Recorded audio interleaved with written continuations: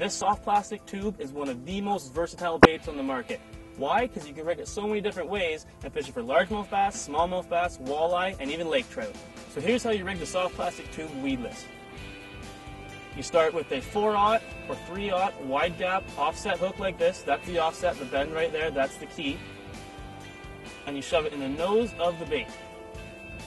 Go down about 1/4 of an inch and pop it through. Now I'm going to shove it all the way up to the front, turn the hook point towards the bait, and pull it through until I see that bend pop out right there.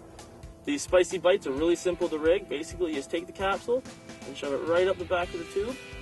Now I shove it up as far as I can. That makes the scent last a little longer. Okay, and then I do the final riggings of my Texas rig here. So then I'll put the hook point in. This kind of locks the capsule in there.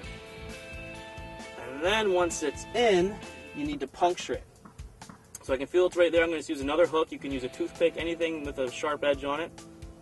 And just puncture right through the side. Make sure you get that spicy bite and then pull it out. So that's going to let all the liquids out. If you were to puncture through the bottom, the barb of the hook will pull the spicy bite back out, and then it's no good. So puncture through the side and then start fishing and hang on.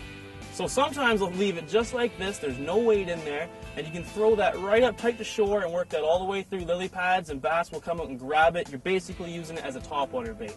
Other times, you thread on a bullet weight before you tie the hook, and you peg the bullet weight either with a toothpick. This one's actually pre-pegged with some rubber in there, and that bullet weight stays right in front of the bait, which adds the weight to get through weeds, to get right down to the bottom, and this way you're jigging it, looking for those big largies that are sitting around deep weeds or underneath lily pads and won't hit the fast moving one. So another great thing about these spicy bites is that they're really good at rejuvenating old plastics. So if I had a tube jig or a swim bait that was hanging around the boat for a few days, I'll shove one of these in there and it's like a brand new bait. There we go. Oh yeah, this one might be a little better. A nice largemouth again. Boy, they're feisty on this lake. Oh wow.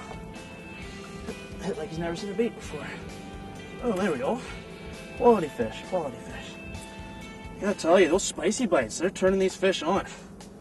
Nice largemouth.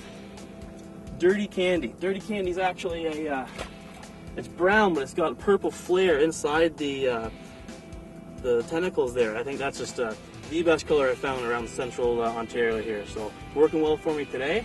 These fish are hitting it before it even hits the bottom. That's a good sign.